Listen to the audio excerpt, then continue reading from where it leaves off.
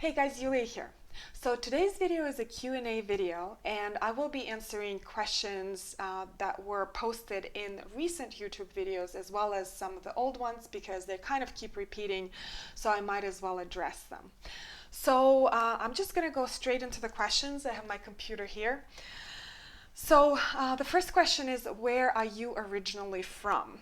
And I am originally from St. Petersburg, Russia, where I happen to be right now. I am visiting my parents in the very apartment where I grew up. And I left Russia as an adult. And so I left like without any English knowledge, maybe like a minimal. So to this day, if you see me on the videos and I make mistakes or like grammatic mistakes or maybe pronunciation, that's why, because I think I left at the point of my adult life where I could no longer speak as a native speaker. So I apologize for any mistakes I make. So St. Petersburg is an amazing city. I took some footage a couple of days ago of like some of the landmarks, and I hope it's okay because the weather in St. Petersburg is always gray and rainy and misty, so the footage is kind of dark, but it's just because of the weather. It's October and it's starting to get cold.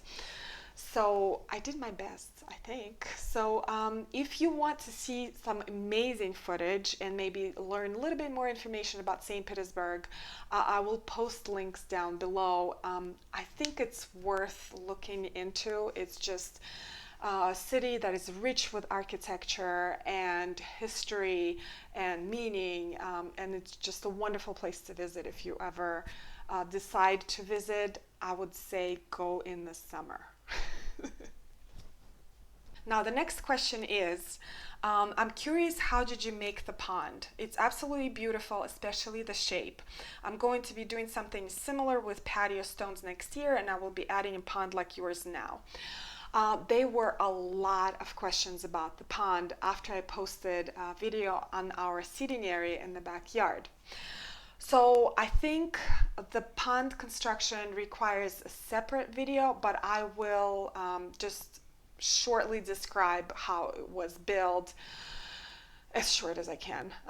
So what I used is a fiberglass form that I purchased online, and they did have an L-shaped forms available, but because I tend to complicate things, I actually bought two rectangular forms and I connected them together because the L-shaped form that they had was not a big enough, in my opinion, for that space. So I bought two larger rectangular shapes and I cut them out to connect, and I glued them together, but the seam was still not waterproof. So I actually lined it with a pond liner and laid some pavers on the border, and that's pretty much how the pond was built. Of course, you have to dig a hole for your pond, but it's a pretty simple process. Fiberglass is very durable and it's very long lasting. Even if you decide to move and take your pond with you, you could technically do that with no problem. So I hope that answers your question. The next question is, you always say that you love natives and use them as much as possible. So when and how do you use non-native plants in your designs? Do you have any rules you follow?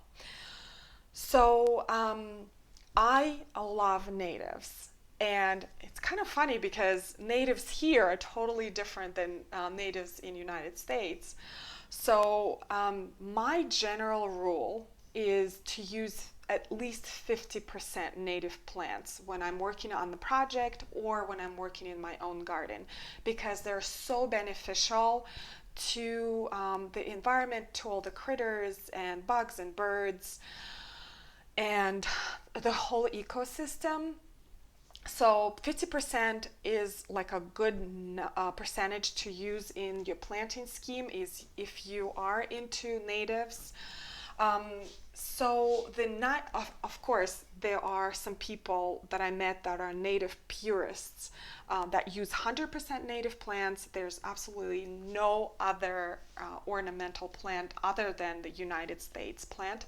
I don't think I will be able to do that because I won't be able to grow dahlias and peonies and clematis and tons of other things that come from different countries.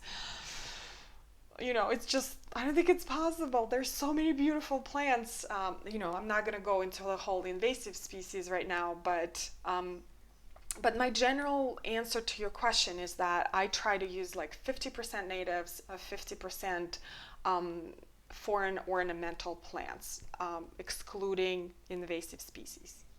Here's the next question. I learned so much from you. Have a wonderful trip. I would love a suggestion for a pretty but small tree for a new bed that I'm putting in where we took out an old splitting tree. There's no grass under an old tree, so now I'm planning a new bed. This sounds like an exciting project. And small ornamental trees are wonderful in landscapes because most of suburban yards are in the smaller to medium size. They add so much structure, and I would say whenever you planning your landscape, start with large to medium to small ornamental trees first. This is your structure for your garden. Even if you just have a couple of trees, boom, you have a garden right there. But to answer your question, my favorite small to medium ornamental trees are redbuds, dogwoods, and serviceberries. All happen to be natives. There are some dogwoods that are non-native, like dogwood cornuscusa, and they're beautiful trees. The flowers last for a very long time. The redbud, all those trees, you can look up what they look like. I actually will post the list in the description down below because I think it's a wonderful question. And for other people to see like what kind of trees they can use in their yards. I have a small like a cheat sheet here with the trees because I use so many different ones.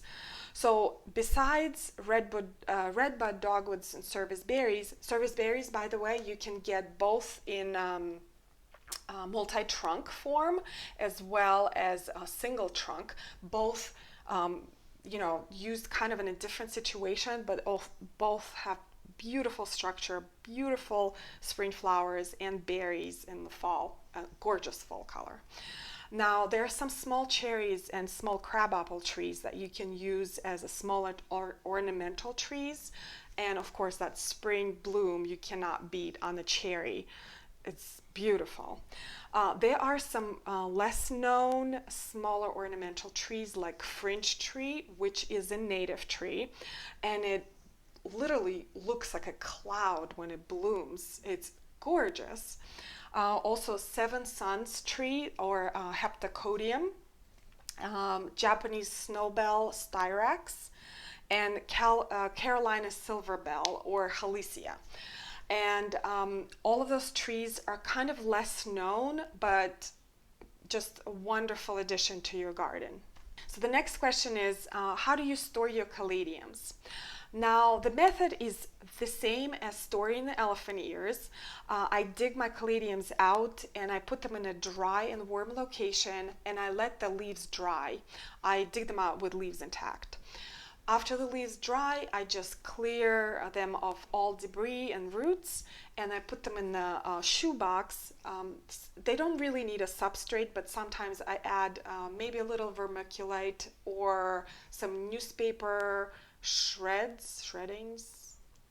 Not sure how to say it, but they store very easily. Actually, caladium corms like the least to rot in my experience. They just so easy to store. But yeah, if you want to go into the detail exactly how to do it, you could just look at the elephant ear storage video again, and it's pretty much the same thing. Now here's the next question. For your Q&A, I'd love to know more about how you got started in design, a day in the life of a designer, etc. My favorite videos are you taking us to gardens you've created. Have a wonderful time with your family. Thank you so much. Thank you so much for the question. So It's probably a long answer, but I try to answer it as quick as I can. So being a landscape designer is kind of my dream job, and I have been interested in plants and design and art and construction ever since I was a kid. But I actually have an undergrad degree in economics, believe it or not, out of all things. But when I graduated from college, it was a recession. So I couldn't really find a job at the time.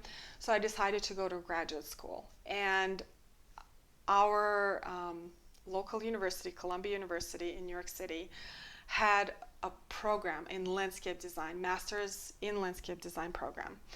And I applied not knowing if I was going to get in, and I got in, and it was 2 years of like the most wonderful time that I've had, of creativity and meeting amazing people and coming up with ideas and being submerged in this creative environment. And after I graduated, I started my own company. I am a company of one. I do not have a partner. So at any given point, I have anywhere from 10 to 20 projects running. And I've tried filming, like you said, a day in the life of a designer, and it was pretty much impossible. It was insanity, because my day starts from like driving around and seeing what projects need to be, like what stages of the projects need to be completed. So whether it's a fence or irrigation or sod or pool or pond or water features or trees coming in. So it's generally is insanity. It's a lot of moving parts, and it's a lot of different projects at the same time. So I don't know, unless there is a person kind of following me around. Maybe I'll try to do it one day. I don't know. Also, I do have a concern with people working on my projects, all the workers. I respect their privacy, so I could technically ask them if they are okay being in the video, but currently I don't think it's possible to kind of film that. It's a lot of like also driving around from one project to another, so I'm in the car a lot, but also like going to nurseries or selecting materials for a particular project, or talking to clients or talking to contractors. So it's insane, but it's like this good insane, like at the end of the day, I feel like I've done something good. I've made a difference. I made somebody happy, and it's incredibly fulfilling job. So I think I'm going to finish right here, and because it's starting to like be a very long video. But before I go, I just wanted to show you some plants that my parents have in their apartment. So this is a rubber plant, and as I was sitting here and like setting up my little video shoot, I broke 4 leaves. My mom sees this, she's gonna be really unhappy. Look at that. And also this is Aglaonema, and this is a wonderful house plant if you have a black thumb. Although I think nobody has a black thumb, they just, have not had enough experience with plants. Anyway, thank you so much for watching. I'll see you back in the States for the next video. Bye.